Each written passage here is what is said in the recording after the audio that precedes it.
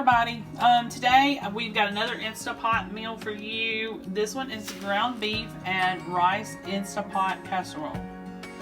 So the first thing you need to do is put about a pound of ground beef in your Instapot, about a third of a cup of onion chopped as fine as possible, and you're going to need about a teaspoon of garlic salt.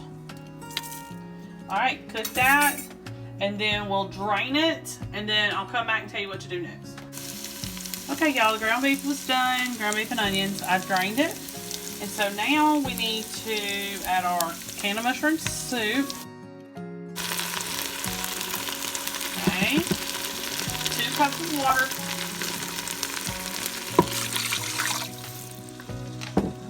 about a cup of sliced carrots, and you need to stir that, and then you're going to add your rice on top of it.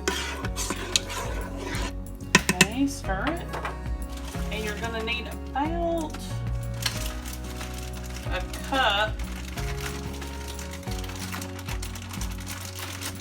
of uncooked rice, and I would tell you just use regular rice. Don't try to use minute rice or anything like that. So you set your rice on top. Sorry about that. Sorry about the noise. On top of all of that. And we need to make sure that the rice is completely submerged in the liquid so that it all gets done.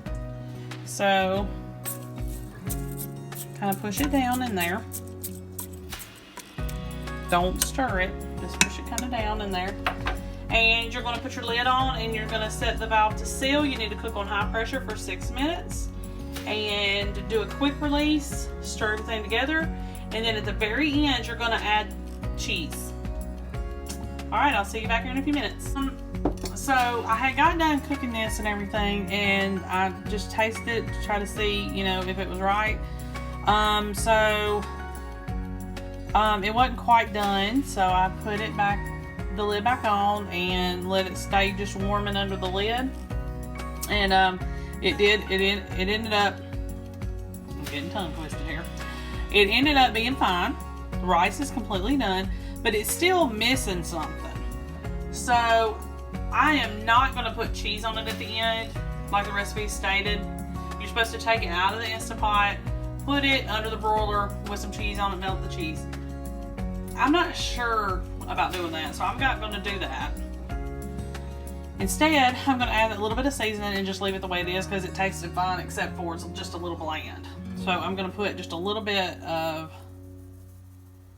parsley. And I'm not a big fan of parsley, but I figure it may, you know, it may actually be good. A little bit of onion powder. You know, you do it to your taste and liking. That was a little bit of kosher salt. And I'm going to put a generous amount of pepper. Alright, and I think I'm going to leave it like that. It would probably even be good with some, you know, little English peas, the little green ones.